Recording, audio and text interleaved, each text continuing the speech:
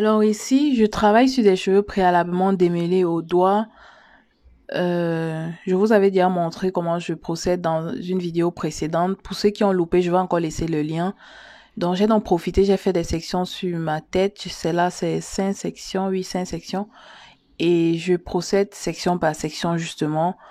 Je détache une portion, je lave avant d'entamer la prochaine. Donc là, je fais rentrer de l'eau dans les cheveux.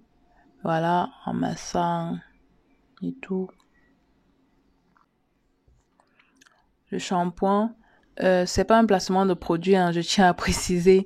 Vous pouvez utiliser vraiment le shampoing de votre choix. Donc, euh, j'utilise le shampoing généralement 2 fois. Donc, une première fois, vous allez remarquer que ça ne mousse pas beaucoup parce que le cheveu est encore bien sale, il y a encore du gras et tout qui s'est accumulé pendant la coiffure protectrice. Donc là,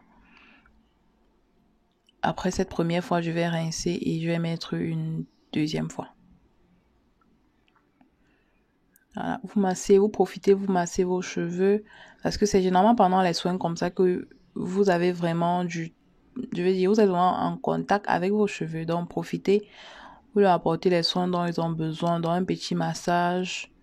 Voilà, c'est pas, c'est pas mauvais.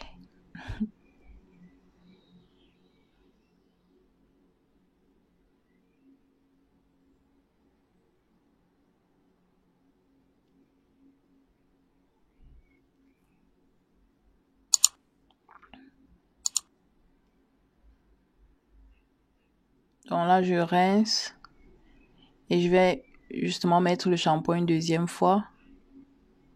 Et si vous avez remarqué, j'arrête toujours mes pointes avec une main et avec l'autre main, je frotte en fait mon cuir chevelu.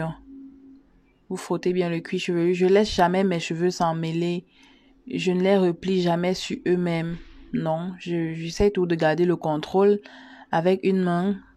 Justement, ce geste, franchement, évitez parce que ça crée des nœuds. Donc, ça va rendre le démêlage plus compliqué qu'il ne devrait l'être. Donc, vous frottez avec une main, vous arrêtez les pointes. Bon, ça, c'est si vous avez les cheveux comme les miens. Je veux dire, les cheveux aussi longs que les miens. Mais si c'est pas le cas, si vos cheveux sont plus courts, voilà, c'est pas nécessaire. Mais vous allez vous-même vous rendre compte qu'au fur et à mesure que vos cheveux ils poussent, ça devient un peu plus difficile de les manipuler. Donc, il faut adopter des petites techniques comme ça pour vous faciliter la tâche en fait. Ouais. Donc, vous frottez, vous frottez, vous frottez bien, vous rincez.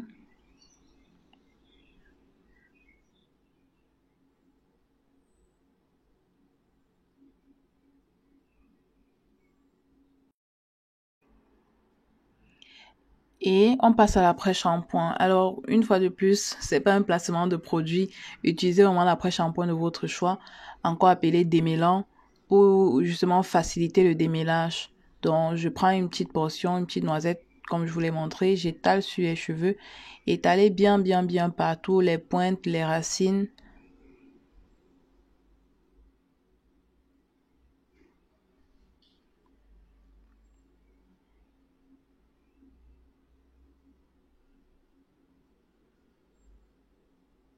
Ouais, repartissez bien sur les cheveux. Et vous pouvez maintenant démêler avec soit votre brosse, soit votre peigne à dents larges. Là, j'ai utilisé les deux parce que ma brosse est vieille en fait. Les dents sont déjà un peu penchées et tout. Et j'ai remarqué que ça me complique la tâche lors du démêlage. C'est plus difficile de démêler comme ça. Donc, j'ai d'abord utilisé ce peigne et par la suite, je vais utiliser la brosse. On commence aux pointes justement et on remonte aux racines. C'est pas que vous commencez à la racine, vous tirez. Non, non et non. Vous commencez aux pointes et vous arrêtez. Donc vous, en tout cas, vous voyez en fait.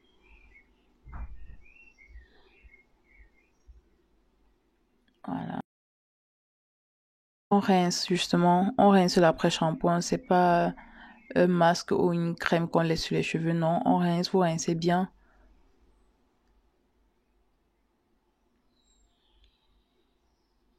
Voilà.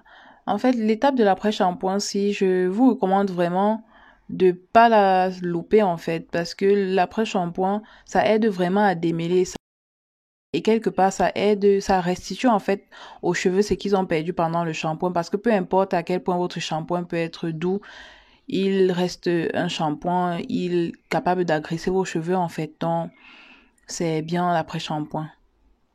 Voilà, on condamne. Vous voyez, j'essaie tout de garder le contrôle. Et j'ai fait pareil sur les autres sections. Et là, c'est la dernière section. J'ai déjà lavé et je suis à l'étape du démêlage. Je voulais vous montrer une fois de plus comment je commence aux pointes et je remonte progressivement à la racine. J'ai changé de brosse, vous voyez. J'ai même pu utiliser le peigne à dents large parce que la brosse, si elle est nouvelle et c'est plus facile.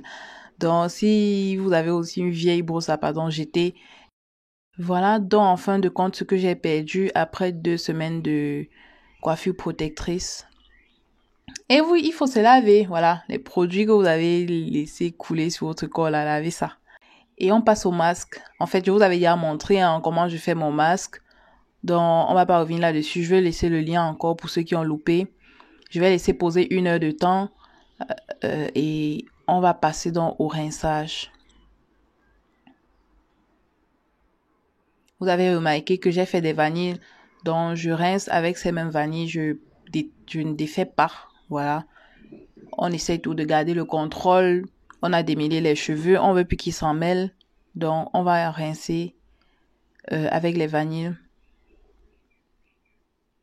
Si en fin de compte, il vous reste encore du gras dans les cheveux, c'est pas bien grave. Hein. Essayez juste de rincer comme vous pouvez. Rincer, frotter, aider vraiment vos cheveux à se débarrasser, de tout ce que vous avez mis dans le masque, le miel, les œufs, machin, tout ça, aloe vera, avocat, banane, que sais-je encore. Aidez juste vos cheveux comme vous pouvez à se débarrasser de ça. Et voilà. C'est pour ça que l'étape même du filtrage pendant le masque est importante. Vous vous rappelez comme j'avais passé mon masque à travers une petite passette là. C'est important pour justement débarrasser le masque des débris qui peut compliquer le rinçage en fait. Donc, moins votre masque contient de débris, plus c'est plus facile à rincer. Et l'étape importante, justement, l'eau plus du bicarbonate, comme je vous avais montré la fois passée, contre les pellicules. Et aussi, ça empêche la formation du calcaire. Qu'est-ce que je veux dire? Ouais, ça empêche que le calcaire qui peut être présent dans l'eau s'accroche à vos cheveux. Donc, c'est la dernière eau qui touche mes cheveux. Je vais laisser sécher à l'air libre. Je vais peut-être absorber l'excédent d'eau avec une serviette, mais pas plus. Et voilà. Donc, c'était tout pour cette vidéo. J'espère qu'elle vous aura plu. Si c'est le cas, n'hésitez pas de liker, de commenter et de partager avec vos amis, en fait. Et aussi, si vous êtes nouveau, abonnez-vous et activez la cloche de notification car il y a encore plein d'autres vidéos intéressantes qui arrivent. Portez-vous bien d'ici là. Je vous fais de gros bisous. Bye.